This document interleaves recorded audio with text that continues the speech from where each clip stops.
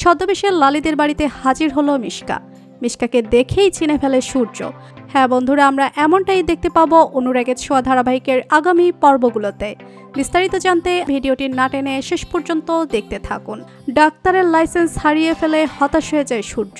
তবে দীপা সূর্যকে বলে যে এই গ্রামে অনেক অসুস্থ মানুষ আছে, আপনি তাদের পাশে দাঁড়ান, তাদেরকে সুস্থ করে তুলুন। আমি জানি ডাক্তারবাবু, আপনি ঠিক পারবেন, আপনার সম্মান ফিরে পাবেন। এই অসুস্থ মানুষগুলোকে আপনি সুস্থ করে তুলুন। সূর্য লালিদের বাড়িতে আবারও পেশেন্ট দেখা শুরু করে। গ্রামের অসুস্থ মানুষজন, গরিব মানুষজন সূর্যের কাছে আসে। তারা সূর্য থেকে ট্রিটমেন্ট নেয়। সূর্য যে লালিদের বাড়িতে আছে জেনে যায় মিশকা।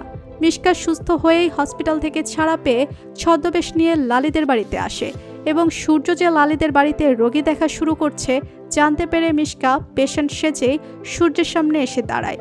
সূর্য বুঝতেও পারে না যে সে মিশকাকে দেখছে। তবে হঠাৎই মিশকার ঘুমটা সরে যায়। মিশকাকে একটুখানি দেখেই চিনে ফেলে দীপা। ভাবতে থাকে যে মনে হলো চেনা চেনা লাগলো, কে ও মিশকা নয় তো। ঠিক তখনই সেখানে রূপা এসে হাজির হয় এবং রূপারও একইভাবে সন্দেহ হয় এই ছদ্মবেশী মহিলাকে দেখে।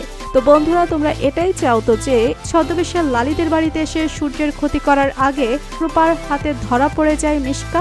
কমেন্ট করে জানিয়ে দাও তোমাদের মতামত। আর আমাদের চ্যানেলে নতুন হয়ে থাকলে চ্যানেলটি সাবস্ক্রাইব করে রাখুন, যেন অনুরাগের ছোঁয়া ধারাবাহিকের আগামী পর্বের আপডেট ভিডিও সবার আগে পৌঁছে যায় আপনাদের কাছে। ধন্যবাদ সবাইকে।